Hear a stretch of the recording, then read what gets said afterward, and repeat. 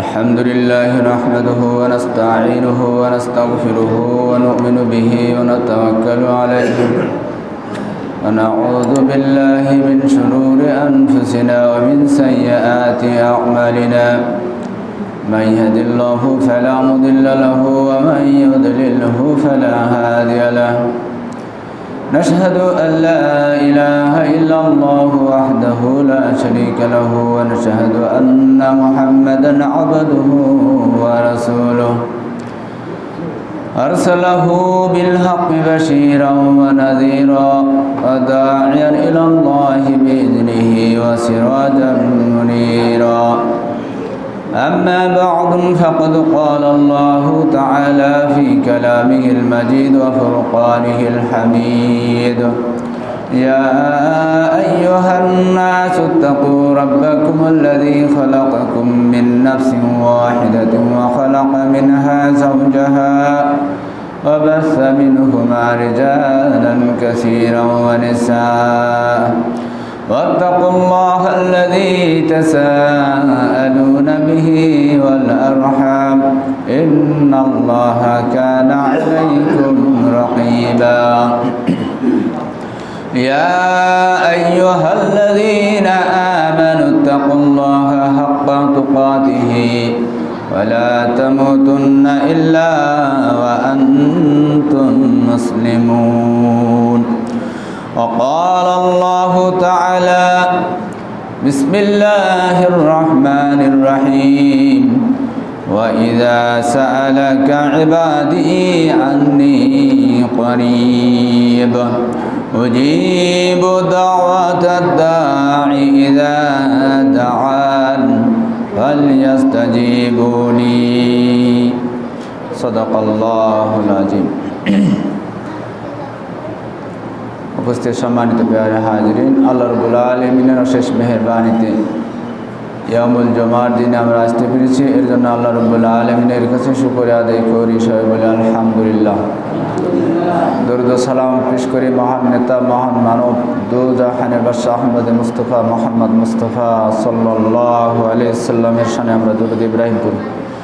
আল্লাহুম্মা সাল্লি আলা মুহাম্মদ وعلى آل محمد كما صليت على إبراهيم وعلى آل إبراهيم إنك حميد مجيد اللهم بارك على محمد وعلى آل محمد كما باركت على إبراهيم وعلى آل إبراهيم إنك حميد مجيد আমি ছোট্ট একটি আয়াত তেলাওয়াত করেছি। আল্লাহ তাআলা বলছেন,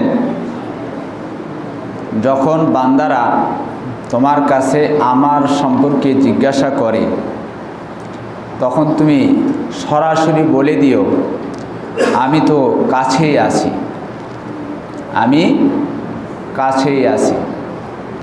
তাহলে আল্লাহকে ডাকলে পারে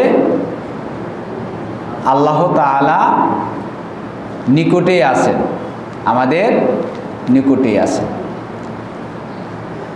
এখন আমরা ডাকবো কিভাবে, এই বিষয়গুলো সংক্ষিপ্ত পরিসরে আমরা জানার চেষ্টা করব ইনশাআল্লাহ। যেমন এক আয়াতে বলছেন, ইয়া আইয়ুহাল্লাযীনা আমানুস্তাঈনু বিস-সাবরি ওয়াস-সালাহ, ইয়া আইয়ুহাল্লাযীনা আমানুস্তাঈনু বিস-সাবরি ওয়াস-সালাহ। এখানে তার আগেই আবার বলছে ফাযকুরুনি আযকুরকুম ওয়াশকুরুলি ওয়ালা তাকফুরুন, তোমরা আমাকে স্মরণ করো, আমি তোমাকে স্মরণ করব। তোমরা আমাকে স্মরণ করলে আমি তোমাকে স্মরণ করব। কিভাবে স্মরণ করবেন? আল্লাহ তাআলাকে কিভাবে সম্মেলন কিভাবে ডাকবেন? বাৎসরিক ওয়াজ মাহফিল দিয়ে, সাপ্তাহিক জুমার দিনে 5 ওয়াক্ত নামাজের মধ্যেই শুধু, আর বাকি সময়গুলো প্রয়োজন নেই নাকি? সব সময় সর্বদা চলাফেরা করার মধ্যে আপনার হালাল হারাম, আদেশ নিষেধ, বিধিবিধান সংক্রান্ত যা আছে প্রতিটি কাজের মুহূর্তে সময়ে আল্লাহ তাআলা স্মরণ করা, যে আসলে আমি যে করছি এই কাজটা আল্লাহ সমর্থিত কিনা, আল্লাহ তাআলা এই কাজটার মধ্যে সন্তুষ্ট হবেন কিনা, রসুলের কি আদর্শ এর মধ্যে আছে কিনা, প্রতিটি কাজ করার সময়ে স্মরণ করা। ফাজকুরুনি আযকুরকুম, তাহলে আমি তোমাদেরকে স্মরণ করব। এখন আল্লাহ তাআলাকে তাহলে স্মরণ করার প্রথম একটা বড় দিক হলো আল্লাহ তাআলা বলছেন, ইযা কানা আহাদুকুম ফিস সালাত ফাইন্নাহু ইউনাজি রাব্বাহ। এখানে বুখারী শরীফের হাদিসে বলা হচ্ছে, যখন কেউ সালাতে থাকে তখন সে তার প্রভুর সাথে মোনাজাতে রত থাকে। যখন কেউ সালাতে থাকে, নামাজে থাকে, তখন সে কোথায় থাকে? মোনাজাতে রত, লিপ্ত থাকে।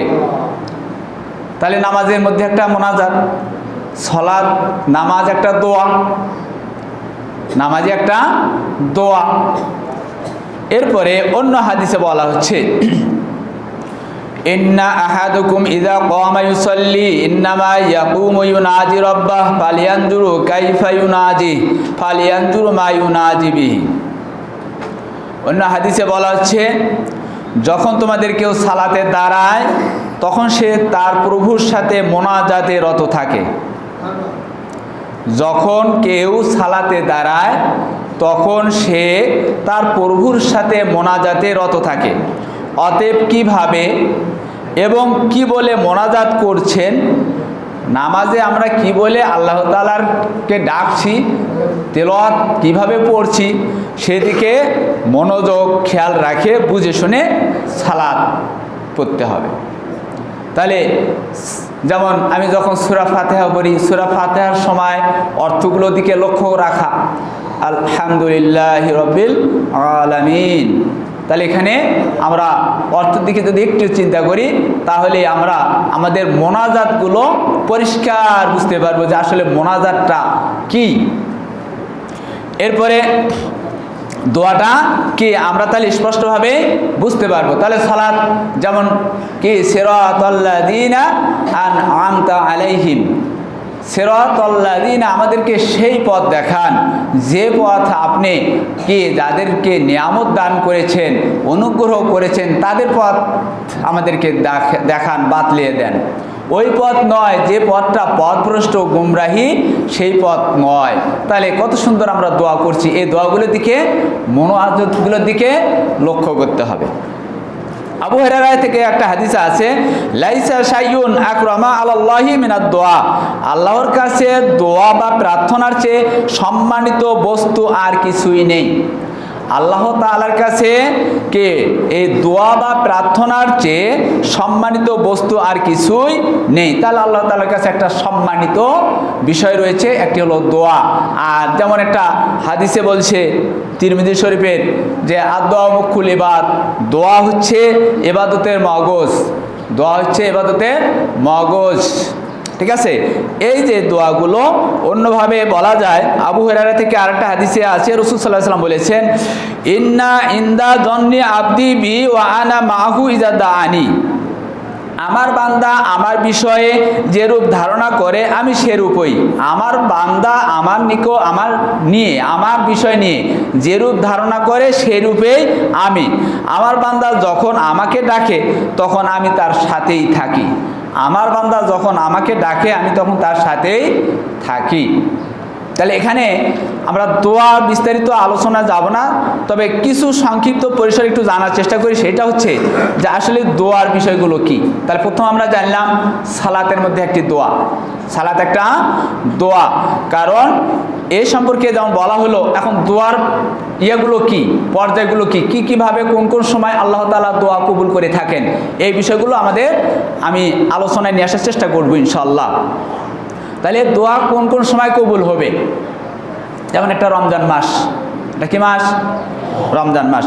দেখেন, এরপরে দোয়া একটা কবুলের সময় উমামা থেকে বর্ণিত আছে, রাসূল সাল্লাল্লাহু আলাইহি সাল্লামকে প্রশ্ন করা হলো কোন দোয়া সবচেয়ে বেশি শোনা হয় বা কবুল করা হয়। তিনি উত্তরে বললেন, রাতের শেষ অংশ ও ফরজ সালাতের পর। কোন সময়? রাত্রিরে শেষ অংশে। আরেকটা হলো ফরজ সালাতের সময়। আচ্ছা, মানে ফরজ সালাতে সালাম ফিরিয়ে দোয়া কবুলের সময়।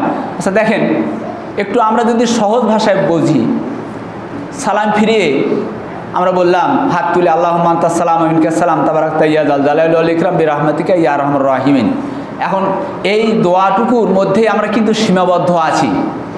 যদি ইমাম সাহেব এই দোয়াটুকু না করে মুক্তাদি চুপ করে থাকে, কিছুই বলে না, কিছুই বলে না, মানে এমন বোবা, এরা সুবহানাল্লাহও পড়তে জানে না, সূরা ইখলাসও পড়তে জানে না, এমন বধির, এমন বোবা অবস্থায় থাকে যে ইমাম আল্লাহুম্মা আনতাস সালাম যখন বলবে তখন উঠে সুন্নত পড়বে, আর কিছু করার দরকার নেই।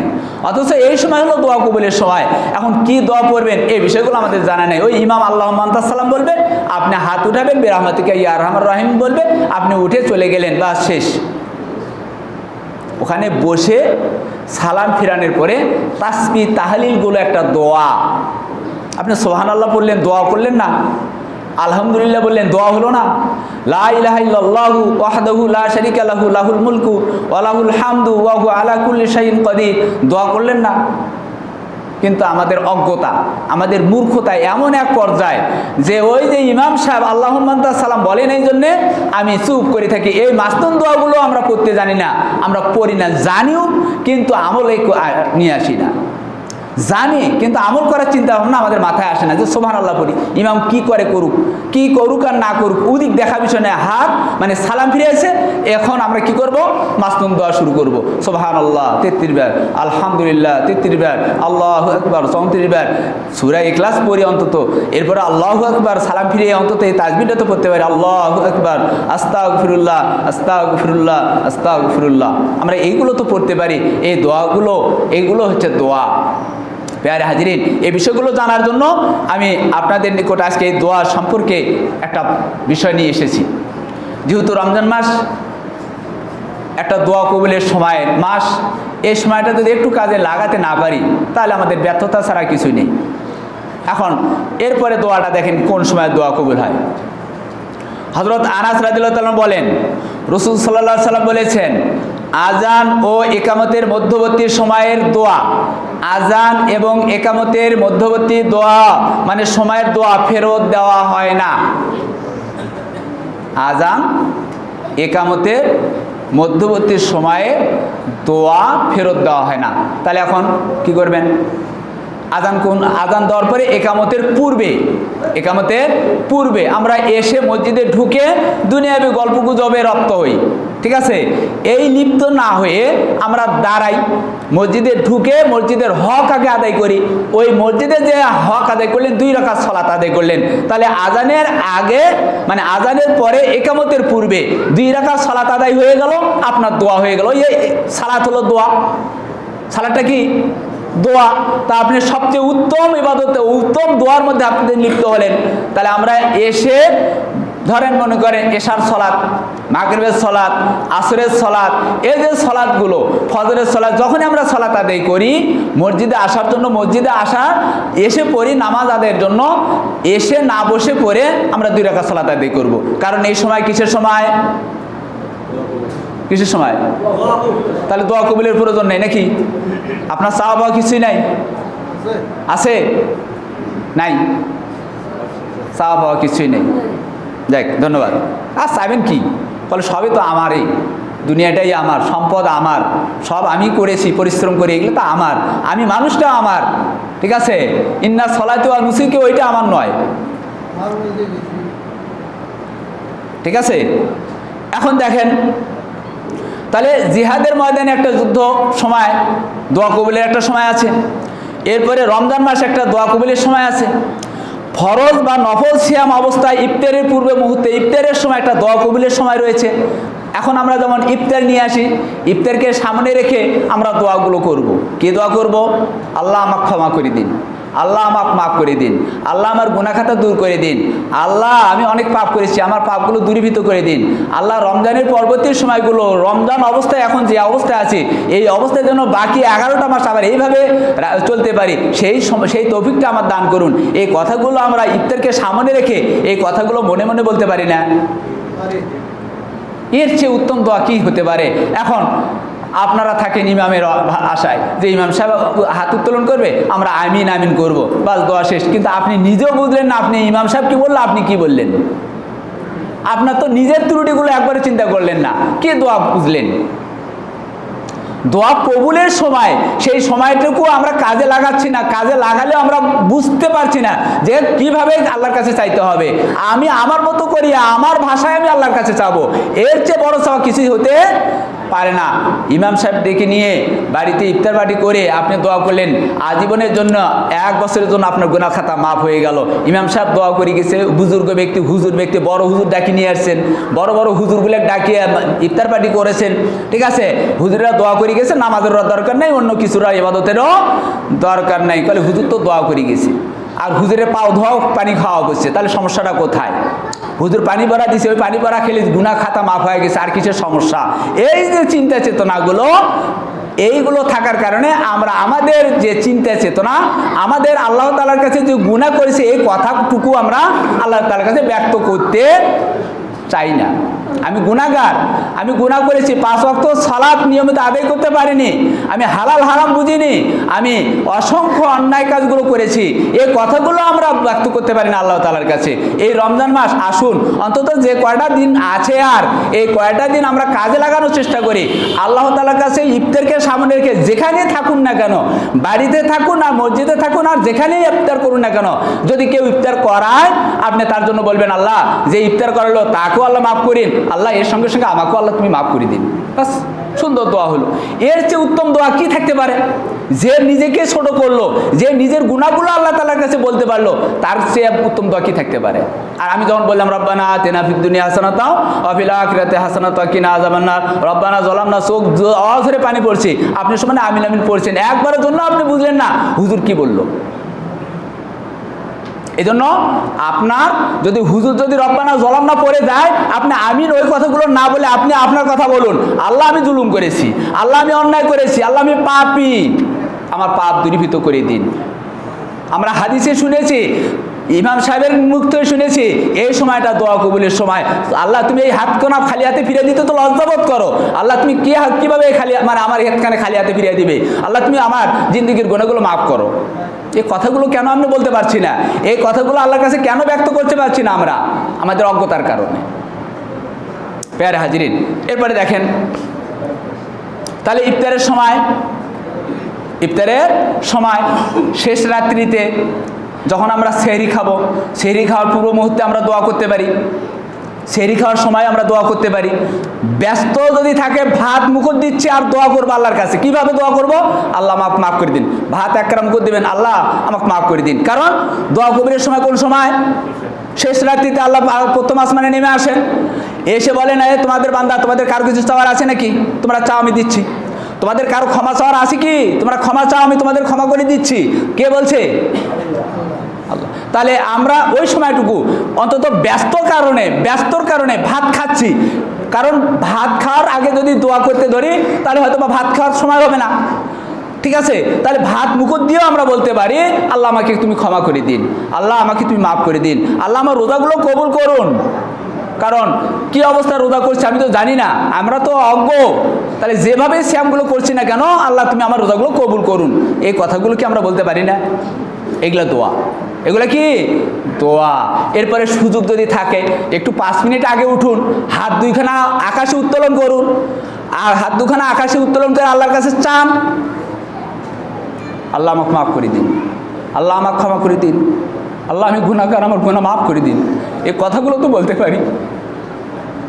রমজান মাস চলে যাচ্ছে, শেষ পর্যায়ে আর মাত্র কয়েকটা দিন, একটু কাজে লাগাই। এরপরে দেখেন, রাসূল সাল্লাল্লাহু আলাইহি ওয়াসাল্লাম বলেছেন, নিশ্চয়ই এই জুমার দিনে এমন একটি সময় আছে, যে সময়ে কোনো মুসলিম দাঁড়িয়ে সালাতরত অবস্থায় আল্লাহর কাছে যে কোনো কল্যাণ প্রার্থনা করবে, আল্লাহ তাআলা অবশ্যই তাকে তা দান করবেন। কি বলল? জুমার দিনে। এইটা নিয়ে মতভেদ আছে, 2 ধরনের মতভেদ আছে। একটা বলছে খুতবার সময় যখন ইমাম সাহেব খুতবা দেয় তখন একটা দোয়া কবুলের সময়, আর কেউ কেউ বলছে আসরের পরে মাগরিবের পূর্ব মুহূর্তে এখানে একটা সময় আছে, যে সময়টা দোয়া কবুলের সময়। এই জন্য কোনো কোনো বুজুর্গ আসরের সালাত আদায় করে মাগরিবের পূর্ব মুহূর্তে কেউ কেউ মসজিদে বসে থাকেন আর বলেন আল্লাহ আমাকে মাফ করে দিন, বা কোরআন তেলাওয়াত করার মাধ্যমে কি সে প্রার্থনা করছে। এভাবে দোয়া কবুলের একটি বিষয় রয়েছে। এরপরে যেমন ইন্না ফিল লাইলি লাসাআতুন লা ইউআকিফুহা রাজুলুন মুসলিমুন ইউসআলুল্লাহু খায়রাম মিন আমরি দুনিয়া ওয়াল আখিরাতু ইল্লা আ'তা ইয়াহু ওয়া যালিকা কুল্লু লাইলা। এখানে ওই যে কথাটা এর আগে বলছিলাম, এখানে বলছে নিশ্চয় রাতের মধ্যে এমন একটি সময় আছে যে সময় কোনো মুসলিম আল্লাহর কাছে পার্থিব জাগতিক পারলৌকিক যে কোনো কল্যাণ প্রার্থনা করলে আল্লাহ তাআলা তাকে অবশ্যই দান করবেন। কেউ যদি দুনিয়াবি চায় আল্লাহ তাআলা তাকে দুনিয়াও দেন, কেউ যদি পারলৌকিক চায় পারলৌকিকও দেন। তাহলে যাহা চাইবে আল্লাহ তাআলা তাকেই তাই দিবেন। তাহলে আমরা কি এটা পাইতে চাই? এরপরে আর একটা বড় দিকে আছে, দেখেন সেই বিষয়টা হলো আল্লাহ তাআলা বলছেন ওয়ালা তুবাশিরুহুন্না ওয়া আনতুম আকিফুনা ফিল মাসাজিদ, ইতিকাফরত অবস্থায়। এখন এই ইতিকাফের পূর্বে আরেকটা, এই রমজান মাস বরকতের ফজিলতের মাস, শুধুমাত্র কোরআন নাজিলের কারণে এই মাসটাকে বেশি বেশি প্রাধান্য দেওয়া হয়েছে, কোরআন নাজিল। এখন এই কোরআন নাজিল হয়েছিল রমজান মাসের লাইলাতুল কদর। দলিল ইন্না আনজালনাহু ফি লাইলাতুল কদর, নিশ্চয় কোরআন নাজিল করা হয়েছে মহিমান্বিত রজনীতে। এখন এই রাত্রিটি সম্পর্কে স্পষ্টভাবে অসংখ্য সহিহ হাদিস, লাইলাতুল কদর রমজানের শেষ দশকের বেজোর তারিখগুলোতে, রমজানের শেষ দশকের বেজোর তারিখগুলোতে তোমরা অন্বেষণ করো, তোমরা তালাশ করো। আর আল্লাহ রাসূল সাল্লাল্লাহু আলাইহি সাল্লাম এই লাইলাতুল কদর পাওয়ার তাগিদে তিনি কি করতেন? পরিবারদেরকে এবং নিজেও শেষ বয়স পর্যন্ত ইতিকাফরত ছিলেন, শুধুমাত্র লাইলাতুল কদর পাওয়ার জন্যই।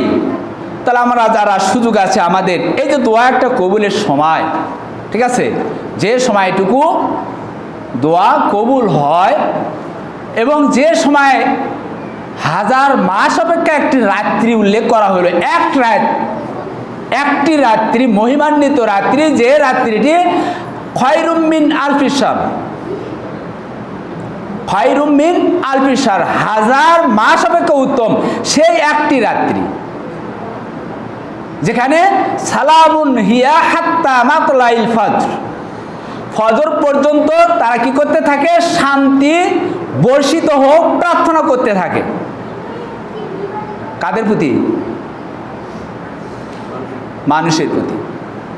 তাহলে সেই দিনটুকু কাজে লাগানোর জন্য, সেই রাত্রিটুকু কাজে লাগানোর জন্য আমাদের এই একটু কি করতে হবে? ত্যাগ স্বীকার করতে হবে। সেই ত্যাগটা কিভাবে আমরা করতে পারি? অন্তত যখন আমরা সেহরি খাওয়ার জন্য উঠব, সেহরি খাওয়ার আগে অন্তত 1 ঘন্টা আগে উঠি, 1 ঘন্টা আগে উঠবো। অন্য সময় উঠেছি 4টায়, এই বেজর তারিখগুলোতে আমরা উঠবো 3টায়। আগারাত থেকে কাজ করার প্রয়োজন নাই, কারণ আল্লাহ তাআলা শেষ রাত্রিতে পৃথিবীর আসমানে নেমে আসেন, ওইটাই দলিল। তাহলে পৃথিবীর মানে প্রথম আসমানে নেমে আসেন শেষ রাত্রির দিকে। তাহলে আমরা আগারাত্রিতে ইবাদত না করে দোয়া মানে কি থাকবো? ঘুমাও অবস্থায় থাকবো। এশার সালাত আদায় করে আমরা ঘুমাবো, ঘুমায়ে এরপর আমরা রাত্রি 2টা বা 3টা আমরা উঠে ওযু করে 2 রাকাত 4 রাকাত যতটুকু পারি সালাত আদায় করব, যতটুকু পারি কোরআন তেলাওয়াত করব, যতটুকু পারি এবার হাত উত্তোলন করে আল্লাহ তাআলার কাছে আমরা চাবো। এই কাজটাকে আমরা করতে পারবো না? করতে পারবো কি? আর সময় নেই। আগামী বছর এই 10 দিন আমরা পাবো কোনো গ্যারান্টি নেই। শেষ দশকের এই বেজর তারিখগুলোতে পরবর্তী বছর আমরা পাবো কোনো গ্যারান্টি নেই। এজন্য 1 বছরের জন্য, 1000 মাসের জন্য আমরা একটি রাত্রি এই ত্যাগটুকু স্বীকার যদি করতে না পারি, তাহলে আমাদের চেয়ে বড় ব্যর্থ, আমাদের চেয়ে বড় ব্যর্থ আর কে হতে পারে? এত একটা বিশাল একটা নিয়ামত, যে নিয়ামত আল্লাহ তাআলা সরাসরি বলে দিচ্ছেন, তারপরে যদি আমরা এই নিয়ামটুকু অর্জন করতে না পারি, তাহলে আমরা বড়ই অকৃতজ্ঞ। আর এই কাজগুলো আমরা পুরুষরাও করতে পারি, আমাদের মধ্যে যারা মহিলা নারীরা আছে তারাও এই কাজগুলো করতে পারে, তাদেরও মধ্যেও এই কাজগুলো কি বিদ্যমান। কিভাবে করবে? তারা তাদের ঘরের মধ্যে থেকে এই ইবাদতগুলো করতে পারবে। যেমন আয়েশা রাদিয়াল্লাহু তাআলা আনহা থেকে বর্ণিত আছে, রাসূল সাল্লাল্লাহু আলাইহি সাল্লাম বলেছেন, তোমরা রমজানের শেষ 10 দিন বেজোর রাতগুলোতে শবে কদর তালাশ করো। অন্য হাদিসে বলা হয়েছে, আয়েশা থেকে বর্ণিত, তিনি বলেন যে রাসূল সাল্লাল্লাহু আলাইহি সাল্লাম রমজানের শেষ 10 দিন এমন সাধনা করতেন যা অন্য কোনো মাসে করতেন না। মানে এই 10 দিন এতটাই তিনি কি করতেন? এই ইবাদতের দিকে নিয়োজিত করতেন, নিজেকে সাধনা করতেন, যা অন্য কোনো সময়ে তিনি করতেন না। এরপরে তিনি অন্য হাদিসে বলা হয়েছে, তিনি আল্লাহ রাসূল সাল্লাল্লাহু আলাইহি সাল্লাম আল্লাহর সান্নিধ্যে মিলিত হওয়ার পূর্ব পর্যন্ত, ইন্তেকালের পূর্ব পর্যন্ত তিনি কি করতেন? শেষ 10 দিন ইতিকাফ করতেন, শেষ 10 দিন ইতিকাফ করতেন। তাহলে আমাদের যারা ব্যস্ততা আছে, আমাদের যারা ব্যস্ত আছি, ঠিক আছে, এই ব্যস্ত ছাড়া, দুনিয়াবি ব্যস্ত ছাড়া, ঠিক আছে, অন্য কোনো ব্যস্ত যতই থাক না কেন, আসলেই যদি আমরা আমাদের মনোবলটাকে আল্লাহ তাআলার সান্নিধ্যে নৈকট্য লাভের উদ্দেশ্যে আমরা যদি নিজেকে নিয়োজিত করার চিন্তা ভাবনা করি, তাহলে শত ব্যস্ততাও আমাদেরকে বাধা দিতে পারবে না, আটকায়ে রাখতে পারবে না। কারণ এই যে কল্যাণ, এত বিশাল একটি কল্যাণ, এই কল্যাণ আমি যদি পরবর্তী বছর না পাই, তাহলে তো আমি বড়ই কি হব? এই যে চিন্তাটা, এই চিন্তাটাই তাকে কি করে দিবে? উৎসাহ দিবে, না আমাকে এই 10 দিন কাজে লাগাতে হবে। কারণ পরিবারের যতই আমি কাজ করি না কেন, পরিবারের জীবনেও কোনোদিন তার সন্তুষ্টি করতে পারবেন না, তাদের চাহিদা মিটিয়ে দিতে পারবেন না। একটি চাহিদা মিটিয়ে দিবেন, অন্য একটি চাহিদা আপনাকে ধরিয়ে দিবে যে এইটা প্রয়োজন, সেই চাহিদা মিটিয়ে দিবেন, আর একটি চাহিদা এসে হাজির হবে যে চাহিদাটি দরকার। অতএব কোনোদিনও পশ্চিমকালেও পরিবারের স্বামী মানে স্ত্রীদের এবং সন্তানাদিদের আপনার চাহিদা মেটাতে পারবেন না। এজন্য 10 দিন আপনি এবার বলবেন, এবার আমার চাহিদা মেটানোর জন্য আমি 10 দিন মসজিদে ঢুকে যাব, এই 10 দিন আমি সংসার থেকে কি একটু আলাদা থাকতে চাই। ঠিক আছে, আমরা একটু নিয়ত করে নেই। এখন যদি চিন্তা করেন যে খানা পিনা আপনার পরিবার থেকে খাদ্য এখানে দিয়ে যাবে, আর খাদ্যের জন্য আপনি আসবেন কেন? আপনি পেট ভরার জন্য আসবেন? আপনি 10 দিন ইবাদতের জন্য আসবেন। একটু খাদ্য কম হলো তাতে কি সমস্যা? পেট ভরা নিয়ে ব্যস্ত কেন? খাবার একটু যদি কেউ যদি কম হয়, সমস্যাটা কোথায়? আপনি তো খাওয়ার জন্য আসবেন না।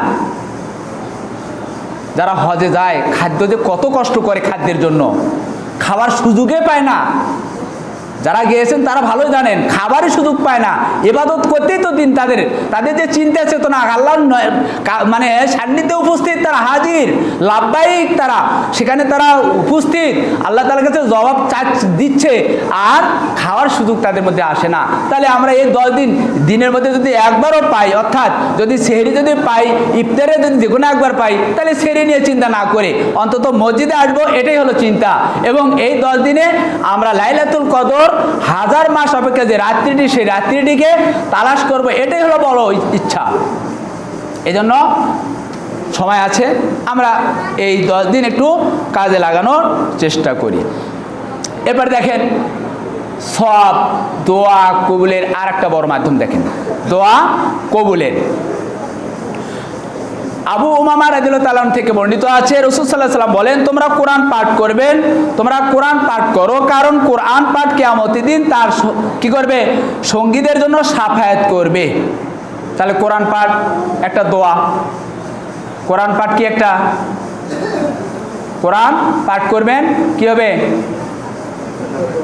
দোয়া, আপনার জন্য সুপারিশ করবে, সাফায়াত করবে। এ আল্লাহ, এই বান্দাটা আমার কোরআনকে খুব ভালোবেসেছে, দিনে রাতে কোরআন তেলাওয়াত করেছে, আল্লাহ তুমি ওকে মাফ করে দাও, আল্লাহ তুমি মাফ করে দাও। এই কোরআন সুপারিশ করবে, সাফায়াত করবে। তাহলে আমরা প্রত্যেক জানি অথবা না জানি আরবিটা বের করে আমরা আলিফ বা তাসাগুলো অন্তত কি করব, বের করে এগুলো পড়ার চেষ্টা করব। কোরআন যদি যতটুকু পারি, যদি কষ্টও হয়, কষ্ট হওয়ার সত্ত্বেও আমরা কোরআন বের করে শেষের সূরাগুলো, যে সূরাগুলো আমরা সবসময় পড়ি, পাঠ করি, সেই সূরাগুলো অন্তত কোরআন দেখে আমরা পড়ার চেষ্টা করব। যে সূরা 10টা মুখস্থ, 5টা মুখস্থ, ওই কয়টাই আমরা নিয়মিত পড়ার চেষ্টা করব কোরআন দেখে দেখে। তাহলে কোরআন পাঠ হলো, কোরআন তেলাওয়াত হয়ে গেল। এরপরে দেখেন দোয়ার আর একটা বড় মাধ্যম। ওমর রাদিয়াল্লাহু তাআলা আনহু, আব্দুল্লাহ ইবনে ওমর থেকে বর্ণিত আছে, রাসূল সাল্লাল্লাহু আলাইহি ওয়াসাল্লাম বলেছেন, কিয়ামতের দিনে সিয়াম ও কোরআন বান্দার জন্য সাফায়াত করবে। সিয়াম মানে রোজা এবং কোরআন বান্দার জন্য সাফায়াত করবে। সিয়াম বলবে, হে প্রভু, আমি একে দিনের বেলায় খাদ্য জৈবিক চাহিদা থেকে বিরত রেখেছি, কাজেই তার পক্ষে আমার সাফায়াত কবুল করুন। সিয়াম বলবে, হে আল্লাহ, এই গোলামকে, তোমার এই বান্দাকে কি আমি বিরত রেখেছি তার খানা পিনা জৈবিক চাহিদা, অতএব তুমি ওকে মাফ করো, তুমি ওকে ক্ষমা করো। এরপরে কোরআন বলবে, হে প্রভু, আমি রাতের বেলায় তাকে ঘুম থেকে বিরত রেখেছি, রাতের বেলায় তাকে আমি ঘুম থেকে বিরত রেখেছি, কোরআন বলবে, কাজেই তার পক্ষে আমার সাফায়াত কবুল করুন, তখন তাদের উভয়ের সাফায়াত কবুল করা হবে। আলহামদুলিল্লাহ, তাই না? তাহলে রাত্রিবেলায় শোয়ার সময় আমরা চেষ্টা করব, নইলে শেষ রাত্রিতে কোরআন তেলাওয়াতে যতটুকু পারি চেষ্টা করব, ওই একটি সূরা হলেও। এইভাবে আমরা দোয়া একটা বড় কবুলের একটা দিক হিসাবে আমরা এগুলো কাজে লাগাতে পারি বাকি যে কয়টা দিন আছে সেই কয়টা দিন। যেমন ধরেন কেউ যদি মসজিদে কোরআন শিক্ষা দেয়, তাহলে সেক্ষেত্রে দেখেন একটা সওয়াব। তোমাদের কেউ যদি মসজিদে যে আল্লাহর কিতাবের 2টি আয়াত শিক্ষা করে, তোমাদের কেউ যদি মসজিদে গিয়ে 2টি আয়াত শিক্ষা করে, তবে তার 2টি অনুরূপ পুষ্টির চেয়ে উত্তম হবে। 2টি আয়াত অনুরূপ 2টি পুষ্টির চেয়ে উত্তম।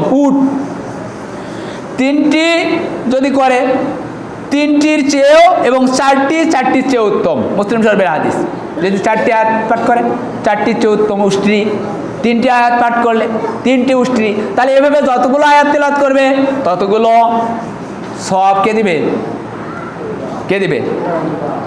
আল্লাহ তাআলা দিবেন। তাহলে আমরা আমাদের যে চিন্তা চেতনা, এই চিন্তা চেতনা থেকে এখন বেরিয়ে আসব। কিভাবে? ইমাম সাহেব সালাম ফিরে কি পড়ুক না পড়ুক দেখার বিষয় নয়, আপনি তাসবিহ তাহলিল আদায় করবেন। আল্লাহু আকবার, আস্তাগফিরুল্লাহ, আস্তাগফিরুল্লাহ, আস্তাগফিরুল্লাহ, আল্লাহুম্মা আনতাস সালাম ওয়া মিনকাস সালাম, তাবারাকতা ইয়া যাল জালালি ওয়াল ইকরাম। এরপরে সুবহানাল্লাহ, আলহামদুলিল্লাহ, আল্লাহু আকবার, এই তাসবিহগুলো পড়বেন। সূরা ইখলাস 3 বার পাঠ করবেন, সূরা ইখলাস 3 বার পাঠ করবেন। আয়াতুল কুরসি পাঠ করবেন, আল্লাহু লা ইলাহা ইল্লা হুয়াল হাইয়ুল কাইয়্যুম পাঠ করবেন। পাঠ করার পরে আপনার যদি আরো মনে হয় যে আমি এবার হাত উত্তোলন করি, আপনি হাত উত্তোলন করে নিজে নিজে দোয়া করবেন। সময়টা কাজে লাগান, সময়টুকু কাজে লাগান, 2 মিনিট ওখানে দেন। যদি এতটুকু সময় না পান, অন্তত ওই তাসবিহ তাহলিলগুলো ঠান্ডা মাথায় পাঠ করে আপনি এবার কি একটু সরেন ওখান থেকে, 2 রাকাত সুন্নত পড়েন, চলে যান। সুন্নত নাই, চলে যান, বাস। এখন আরেকটা হাদিস দিয়ে শেষ করছি। রাসূল সাল্লাল্লাহু আলাইহি সাল্লাম ফরমাইয়েছেন, শাতরুল ঈমান, আর তুহুরু শাতরুল ঈমান, পবিত্রতা ঈমানের একটি অংশ। তাহলে আমরা পবিত্রতা অর্জন করার চেষ্টা করব সুন্দরভাবে, পবিত্রতার ক্ষেত্রে কোনো কি ত্রুটি করব না, মেসওয়াকটা নিয়মিত আদায় করার চেষ্টা করব। এখন রমজান মাসেও আপনি বেশি বেশি মেসওয়াক করতে পারবেন, যে কোনো মেসওয়াক দিয়ে আপনার কোনো ত্রুটি হবে না সিয়ামের। আমরা অনেকে বলি কাঁচা মেসওয়াক দিয়ে মেসওয়াক করলে কি রস পেটের মধ্যে যায়, এই জন্য রোজা নষ্ট হয়ে যায়, আপনার মুখের দুর্গন্ধ দূর হয়ে যায়, সওয়াব কম হয়। এগুলো হলো পাগলের কথা, ঠিক আছে? আপনি অজু করার সময়ে আপনি মেসওয়াক করলেন, যখনই আপনি অজু করবেন তখনই আপনি মেসওয়াক করবেন। কি পারবেন তো? শাতরুল ঈমান, পবিত্রতা। এরপরে আলহামদুলিল্লাহ তামলাউল মিজান, মিজানকে পূর্ণ করে। আলহামদুলিল্লাহ, আলহামদুলিল্লাহ। তাহলে আমরা খাওয়ার সময় আলহামদুলিল্লাহ, খাওয়ার শেষে আলহামদুলিল্লাহ। কেউ জিজ্ঞেস করে কেমন আছেন? আলহামদুলিল্লাহ। ঠিক আছে? পরিবার কেমন আছে? আলহামদুলিল্লাহ, আলহামদুলিল্লাহ। আমরা প্রতিনিয়ত আলহামদুলিল্লাহ ব্যবহার করব, ইনশাআল্লাহ নয়। আমরা ব্যবহারগুলো করতে পারছি না জায়গা মাফিক, যেখানে যে জিনিসগুলো প্রয়োগ করতে হবে সেখানে ওই জিনিসগুলো প্রয়োগ করি না, উল্টা অন্য কাজগুলো করি। ভাই কেমন আছেন? বলে ইনশাআল্লাহ ভালো। আরে বাবা, ইনশাআল্লাহ মানে আল্লাহ চাহে তো। ওখানে বলতে হবে আপনার সঙ্গে আমার কথা হবে কালকে, দেখা করতে পারবেন? ইনশাআল্লাহ চেষ্টা করব। মানে আল্লাহ চাহে তো, এই ক্ষেত্রে ইনশাআল্লাহ। যখনই ভালো মন্দ জিজ্ঞাসা করবে তখন আলহামদুলিল্লাহ, খাওয়ার শেষে আলহামদুলিল্লাহ, প্রতিটি মুহূর্তে আলহামদুলিল্লাহ আমরা বলার চেষ্টা করব। তাহলে তামলাউল মিজান, মিজানকে ভারী করে। ওয়া সুবহানাল্লাহ ওয়া আলহামদুলিল্লাহ, এবার সুবহানাল্লাহ আলহামদুলিল্লাহ তামলানি আও তামলানি মা বাইনাস সামাওয়াতি ওয়াল আরদ, আসমান এবং জমিন। দেখেন এই আলহামদুলিল্লাহ সুবহানাল্লাহ গুরুত্ব। আপনার আসমান এবং জমিনের মাঝখানে যে ফাঁকা জায়গাটা আছে সবে পরিপূর্ণ হয়। কি বলবেন না? সুবহানাল্লাহ। তাহলে সুবহানাল্লাহ এবং আলহামদুলিল্লাহ বললে আসমান এবং জমিনের যে ফাঁকা জায়গাটা আছে এই ফাঁকা জায়গাটা কি হয়ে যায়? পরিপূর্ণ হয়ে যায়। এখন মরি যাওয়ার পরে শুধু খালি কি করা লাগবে? হ্যাঁ, কি না করা লাগবে মরি যাওয়ার পরে? কি 40 ফতেয়া, তাই না? এগুলো না করলে দোয়া কবুল হবে না। কিন্তু এগুলোতে দোয়া কবুলে বড় যেগুলো দিক, এগুলোর গুরুত্বই দেয় না। ওইগুলোর উপরে গুরুত্ব এমনভাবে দেওয়া হয়েছে যে ওইটাই ফরজ। এরপরে দেখেন ওয়াস সালাত নূর, সালাতটা হচ্ছে নূর, আলো। ওয়াস সাদাকা বুরহান, সদকা হচ্ছে বুরহান, দলিল। আপনি যতটুকু পারেন আপনার স্থান থেকে আপনি সদকা করেন, দান খয়রাত করেন। ওয়াস সবুর দিয়াউন, ধৈর্য। কি? ওয়াস সবুর দিয়াউন, আলো, ধৈর্য। ওয়াল কুরআন, এবার কোরআন হুজ্জাতুল লাকা আও আলাইকা, আপনার পক্ষে এবং বিপক্ষে দলিল। কোরআন আপনার পক্ষে এবং বিপক্ষে দলিল। এখন কোরআন আপনার পক্ষেও দলিল, বিপক্ষেও দলিল। আপনি যদি কোরআন অনুযায়ী আমল করার চেষ্টা করেন আপনার পক্ষে দলিল। এরপরে কোরআনের বিপক্ষে যদি আপনি কাজ করেন, আপনার কোরআন আপনার যতই তেলাওয়াত করেন না কেন, কোরআন বলবে ও তেলাওয়াত করেছে কিন্তু ও মানে নাই, ও আমল করে নাই, ও আমার কথা শুনি নাই।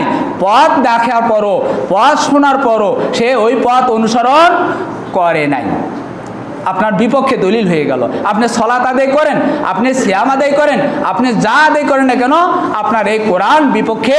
যদি কোরআনের কি শব্দগুলো যদি মান্য না করেন, আপনার বিপক্ষে কি হয়ে যাবে? চলে যাবে।